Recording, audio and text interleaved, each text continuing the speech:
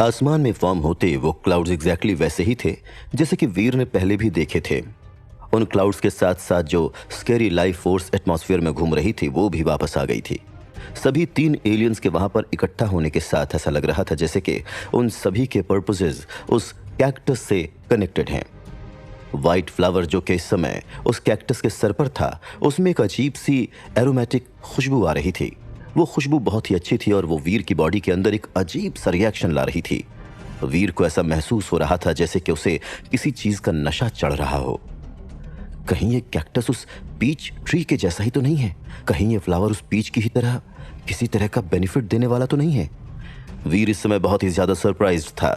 सच पूछो तो उसे अपनी किस्मत पर बहुत ही ज्यादा एक्साइटमेंट हो रहा था कि उसे एक बार फिर से ऐसा कुछ विटनेस करने को मिल रहा था, लेकिन साथ ही साथ उसे एक साथ तीन पावरफुल सुपर एलियंस के यूनियन की वजह से डर भी लग रहा था। इस बात के लिए तो वीर श्योर था कि उस वाइट राइनो का उन लोगों को हर्ट करने का कोई इरादा नहीं था, क्योंकि वो अभी तक एकदम शांत था। लेकिन बात अगर ब्लैक फ्लेम बर्ड और उस क्लाउड की जाए तो वीर उसके लिए श्योर नहीं था। लेकिन वीर को इस बात की सबसे ज्यादा चिंता नहीं थी। अगर उसे खुद को प्रोटेक्ट करना होता तो फिर वो होली एंजल को इस्तेमाल कर सकता था और हो सकता है कि फेरी को भी कमांड कर सकता था। लेकिन फिर भी ये एक एग्जॉटिक अकरेंस था और कुछ ऐसा नहीं था जो बहुत ही आसानी से एनकाउंटर किया जा सकता हो। वीर इस जगह को बस ऐसे ही खाली हाथ नहीं छोड़ना चाहता था। अगर उसके साथ कुछ कमाल की चीजें लगती हैं तो वीर को उन्हें लेने में कोई प्रॉब्लम नहीं थी। वीर को इस समय बस इसी बात का डर था कि इस समय इतना सीधा और शरीफ नजर आने वाला राइनो भी कहीं बाद में उन सभी को अपना दुश्मन न समझने लगे। लेकिन खैर, अभी भी इन सब के लिए बहुत ज्यादा जल्दी, और इसीलिए वीर उस फ्लावर की स्मेल को एब्जॉर्ब करके प्रोफेसर मंत्रा की प्रैक्टिस करने लगता है। वीर के प्रोफेसर मंत्रा का फर्स्ट टायर पूरा हो गया था और उसका जीन लॉक पार्शली अनलॉक भी हो गया था, क्योंकि वीर की फिटनेस लेवल अभी भी बॉटल नेक पर ही थी। इसीलिए अभी भी उसका जीन लॉक पूरी तरह से अनलॉक नहीं हुआ था। वीर को लगता है कि उसके सरपासर बनने से पहले प्रोफेसर मंत्रा में बहुत ज्यादा प्रोग्रेस नहीं आएगी, लेकिन उस फ्लावर की सेंट को एब्जॉर्ब करने के बाद ऐसा लग रहा था जैसे कि उसके प्रोफेसर मंत्रा में कुछ हद तक प्रोग्रेस आई है। इससे वीर बहुत ही ज्यादा खुश हो गया था और इसीलिए उसने डिसाइड किया कि वो प्रैक्टिस करने के लिए कुछ समय के लिए वहीं पर ही रहेगा।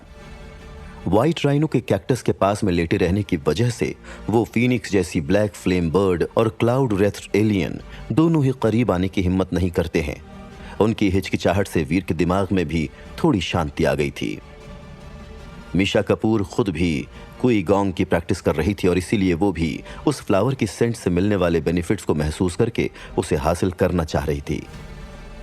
साथ ही साथ सिल्वर फॉक्स और लिटिल ऑरेंज भी बाकी सबके पहले ही एनर्जी को एब्जॉर्ब कर रहे थे। यहां तक कि जो लौकी जैसी चीज वीर ने अपने पास रखी हुई थी वो भी उस स्मेल को एब्जॉर्ब कर रही थी। हालांकि ये बात और थी कि फ्लावर की एनर्जी से ज्यादा वो वीर की एनर्जी को एब्जॉर्ब कर रही थी। लौकी जैसी वो चीज गोल्ड की तरह शाइन करने लगी थी और बहुत सी गोल्ड लाइंस उसकी स्किन को सजा रही थी। वीर लंबे समय तक उसे अपने साथ रखे हुए था और ऐसा लग रहा था जैसे कि उसके अंदर की लाइफ फोर्स बस बढ़ती ही जा रही थी। लौकी जैसी चीज के अंदर के कंटेंट्स ने वीर को हमेशा से ही क्यूरियस रखा था। पास्ट में कुछ ऐसे सुपर एलियंस से सामना करना जो कि प्लांट से इमर्ज हुए हों, इसकी वजह से वीर ने अपने अजम्पशंस बना लिए थे कि इस लौकी जैसी चीज के अंदर भी किसी ना किसी तरह का एलियन जरूर होगा। इस वजह से वीर को भरोसा था कि उस लौकी जैसी चीज के अंदर से जो कुछ भी निकलेगा वो बिना किसी शक के एक न्यू बॉर्न सेकेंड जनरेशन का एलियन होगा, या कम से कम ऐसा उसने अज्यूम किया था। लेकिन वो लौकी जैसी चीज वीर के तोड़ने के हिसाब से अपने आप में ही बहुत ज्यादा हार्ड थी और इसीलिए फिलहाल के लिए वो केवल उस लौकी जैसी चीज का अपने आप ही टूटने का इंतजार कर रहा था। वहां मौजूद इंसानों और सुपर एलियंस में से कुछ अपनी अपनी स्किल प्रैक्टिस कर रहे थे और पूरे समय उस मनमोहक खुशबू को एब्जॉर्ब कर रहे थे। वीर, मिशा, लिटिल ऑरेंज, सिल्वर फॉक्स और फेरी सब के सब अभी भी उस वाइट राइनो की पीठ पर थे। फीनिक्स जैसी ब्लैक बर्ड और क्लाउड के वहां पर अप्रोच करने की हिचकिचाहट की वजह से फिलहाल के लिए वहां पर किसी भी तरह की मुश्किल या ऐसी कोई वजह नजर नहीं आ रही थी जिसकी वजह से उन्हें अभी तुरंत परेशान होना पड़े। हर एक गुजरते हुए दिन के साथ उस फ्लावर की सेंट और भी ज्यादा से ज्यादा स्ट्रांग होती जा रही थी, लेकिन 5वें दिन वो स्मेल फाइनली कम होते होते फेड होना शुरू हो गई थी। वीर को उस फ्लावर के बॉटम में एक रिंकल्ड फ्रूट ग्रो होता हुआ नजर आ रहा था, जिसके अंदर एक अनगिनत तादाद की लाइफ फोर्स घूम रही थी। ये वाकई में कुछ बहुत ही ज्यादा स्पेशल है। उस फ्रूट के अंदर की लाइफ फोर्स वीर को बहुत ज्यादा इंटरेस्टिंग लग रही थी। वीर के हिसाब से अगर वो उसे खा सकता है तो हो सकता है कि वो अपने प्रोफेसर मंत्रा के पहले टायर को पूरी तरह से अनलॉक कर सके, और अगर वो ऐसा कर लेता है तो उसकी पावर्स दूसरे लेवल पर पहुंच सकती हैं। लेकिन वो ब्लैक फ्लेम बर्ड और क्लाउड एलियन अब उतनी दूरी नहीं बना पा रहे थे जितनी कि उन्होंने एक समय पर बनाई हुई थी, और इसीलिए अब वो धीरे धीरे करीब आ रहे थे। वो ब्लैक फ्लेम बर्ड बहुत ही ज्यादा बेचैन हो रही थी और वो बिना रुके कांव कांव करती जा रही थी। इसके अलावा वो स्टॉर्मी क्लाउड्स और भी ज्यादा गहरे होते जा रहे थे और किसी भी समय बरस सकते थे। केवल वो व्हाइट राइनो ही एक ऐसा था जो कि इस समय एकदम काम था और कैक्टस के बगल में लेटा हुआ था। वो ऑलमोस्ट ऐसा लग रहा था जैसे कि गहरी नींद में हो। उसके अंदर की एनर्जी उतनी ही काम थी जैसे कि लेक का पानी। Let's go! वीर उस कैक्टस के फ्रूट को और भी ज्यादा से ज्यादा बड़ा होते हुए देखता है, और अब जब वो किसी भी समय पकने वाला है तब वो मिशा कपूर को वहां से चलने के लिए कहता है। वीर उस फ्रूट को लेना चाहता था, लेकिन उसे ये भी पता था कि मिशा कपूर के होते हुए वो उसे नहीं ले सकता है। वो पहले मिशा कपूर को यहां से दूर कर देना चाहता था ताकि वो खुद के लिए उस फ्रूट को हासिल करने पर फोकस कर सके।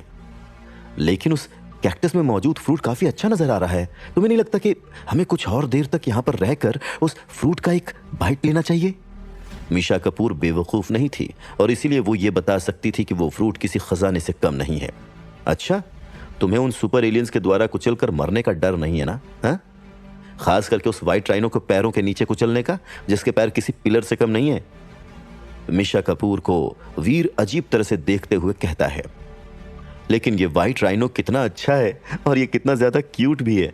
मुझे नहीं लगता कि इसे बुरा लगेगा अगर हम उस फ्रूट को ले लेंगे। मिशा कपूर वीर से कहती है, लेकिन फिर उसके चेहरे पर चिंता का एक लुक आ ही जाता है। चलो, एक टाइम के लिए अगर ये मान भी लें कि ये व्हाइट राइनो तुम्हारे ऊपर नहीं चढ़ेगा, लेकिन वो ऊपर घूम रही फ्लेम बर्ड तुम्हें जरूर ही चारकोल में बदल देगी। अपने चेहरे पर स्माइल के साथ वीर मिशा कपूर से कहता है, और वीर की बात सुनकर मिशा कपूर अचानक से कांपने लगती है। वीर को व्हाइट राइनो की पीठ से उतरकर जाता हुआ देखकर उसकी तो हिम्मत भी नहीं हो रही थी कि वो वहां पर रुके, और इसीलिए वो तुरंत ही उसके साथ साथ जाने लगती है। लिटिल ऑरेंज के साथ साथ वो जल्दी से वीर को फॉलो करने लगती है। फ्लेम बर्ड और क्लाउड अभी भी इंटेंटली उस फ्रूट पर फोकस कर रहे थे, और इसीलिए उन दोनों ने उन सभी को पूरी तरह से इग्नोर कर दिया था, और ये वीर के वहां से जाने के लिए किसी बड़े वरदान से कम नहीं था। एक काम करो, तुम मेरा यहीं पर इंतजार करना, और हाँ, यहां से कहीं भी जाने की जरूरत नहीं है। मिशा कपूर को अच्छी खासी दूरी पर ले जाकर वीर उसे कुछ सप्लाईज के साथ छोड़ देता है। सिल्वर फॉक्स और लिटिल ऑरेंज को भी वीर मिशा कपूर के साथ ही छोड़ देता है। केवल फेरी को अपने साथ लेकर वो उस कैक्टस के पास वापस लौट जाता है। उन खतरनाक सुपर एलियंस का सामना करते समय केवल वो फेरी, जो कि एक एडल्ट सुपर एलियन थी, वही केवल पलट कर वार कर सकती है। सिल्वर फॉक्स अभी भी बहुत ज्यादा यंग था और इसीलिए वो वहां पर बहुत ज्यादा काम नहीं आ सकता था। लेकिन वापस लौटने के बाद वीर उस व्हाइट राइनो को अप्रोच करने की हिम्मत भी नहीं कर पा रहा था। खुद को छुपाते हुए वीर सब कुछ बहुत ही करीब से देख रहा था।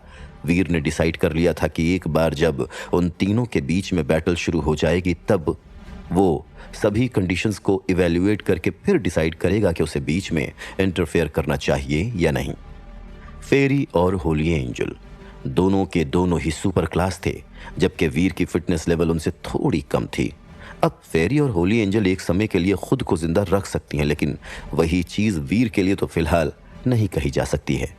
यहां तक कि अगर पॉसिबल हुआ तो वीर उस कैक्टस से अपना डिस्टेंस मेंटेन करके रखेगा और फेरी और होली एंजल को उस आइटम को उसके लिए हासिल करने देगा जो वो हासिल करना चाहता था। लेकिन जैसे जैसे समय बीत रहा था, कैक्टस का रिंकल्ड फ्रूट ग्रो होकर एक बास्केटबॉल के साइज का हो गया था। पर्पल रंग की उसकी रिंकल्ड स्किन देखने में उसे काफी कुछ किसी स्वीट पोटैटो की जैसी लग रही थी, लेकिन उसमें बहुत से डॉट्स और हेयर भी थे।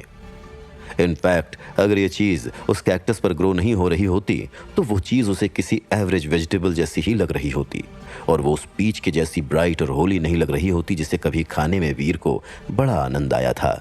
लेकिन व्हाइट राइनो और ब्लैक फ्लेम बर्ड बिना किसी शक के पीच फॉरेस्ट के उस ब्लैक बेयर के मुकाबले हायर पावर टायर में थे। ये सब के सब सेकंड जनरेशन के सुपर एलियंस थे और इसीलिए वो बहुत ही आसानी से पूरे के पूरे मुराद ग्रह की पावर से भी कहीं ज्यादा ऊपर थे। ये सभी एलियन वो एवरेज फर्स्ट जनरेशन के सुपर एलियंस नहीं थे जो उस समय वीर के साथ पीच के लिए compete कर रहे थे। आई होप गाइज आपको ये वीडियो पसंद आई होगी। अगर आपको ये वीडियो पसंद आती है तो इस वीडियो को करिए लाइक और अपने चैनल को कर दीजिए सब्सक्राइब। और मैंने एक को नहीं मांगा द टाइम मास्टर अपलोड कर चुकी है, आप चाहो तो प्लेलिस्ट चेक कर सकते हो, काफ़ी मस्त है। आप उसे वीर का भाई ली भी समझ सकते हो, उसका नाम ली है। तो गाइज मिलते हैं अगली और वीडियो में, बाय बाय।